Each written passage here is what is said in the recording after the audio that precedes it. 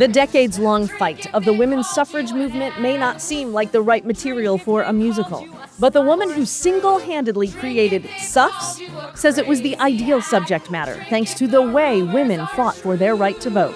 The 2024 winner of the Tony Awards for Best Book of a Musical and Best Original Score marches into Charlotte.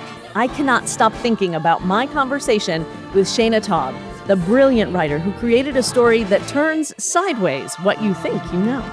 I, as a woman sitting in the seat, was going, I thought I knew this story.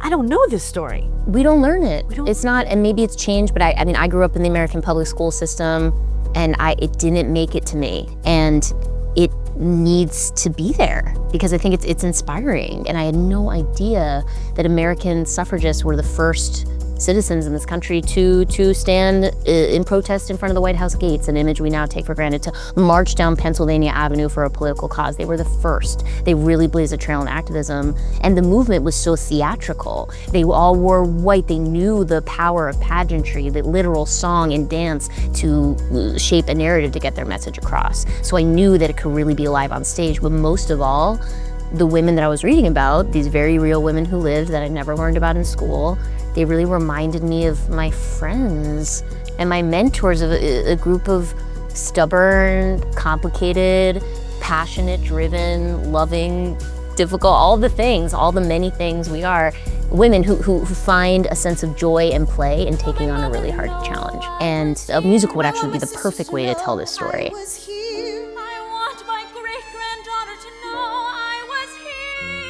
Was there a person or a moment that really struck you as you were researching that you were like, whoa, people absolutely need to know the whole story, but especially this piece?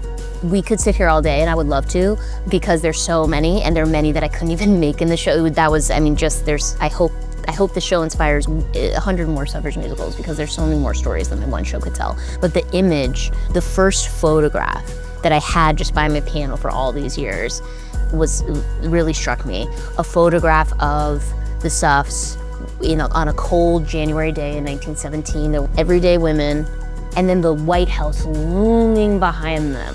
And the potential futility of such it's just a couple, how could they stand up to this hall of power?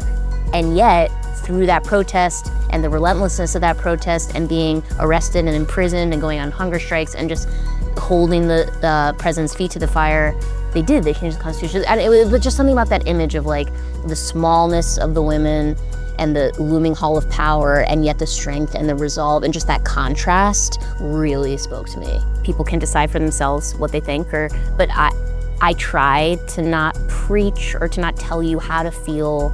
I think when theater is at its best, it can provoke questions, not provide answers.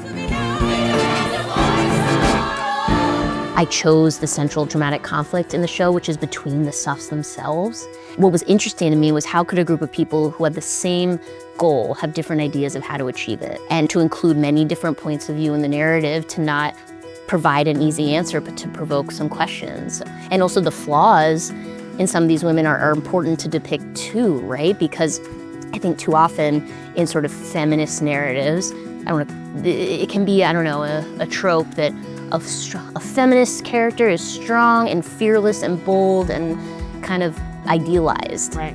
When really no, they're messy, make mistakes, it's not arrogant, all the things like any human person. And to show that change can be made by flawed, normal, everyday people. Drink if the rumors are true. The women who began the fight in the 19th century did not live to see it finish. The women who finished the fight for the 19th Amendment were not born when that fight began. And then, of course, the 19th Amendment did not codify the right for all women to vote. We know that Black women faced so many struggles up until the movement in the 1960s. I hope people make a musical about that as well. And Native American folks, immigrants, you name it, there's so many. How do you still fight for change and fight for what you believe in when you know that you may not live to see the result? Now that it goes on tour, what does that feel like for you? How do you cast that?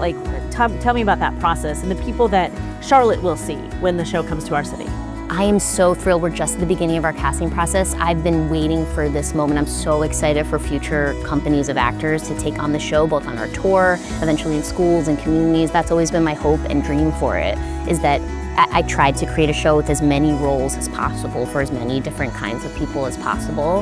And I can't wait to see what another young woman brings to Alice, to Ida B. Wells, to Carrie Chapman Catt. I'm thrilled, and I have no doubt that the company you'll see in Charlotte is going to be extraordinary. I don't know who they are yet, but I know they're going to be amazing. I had to ask what she's doing next. Taub says she loved the experience of writing Suffs alone. But now she's working on 2 new shows in teams, and she says she loves that collaboration just as much. You'll be able to see Suffs right here at the Belk Theater from March 10th through March 15th, 2026.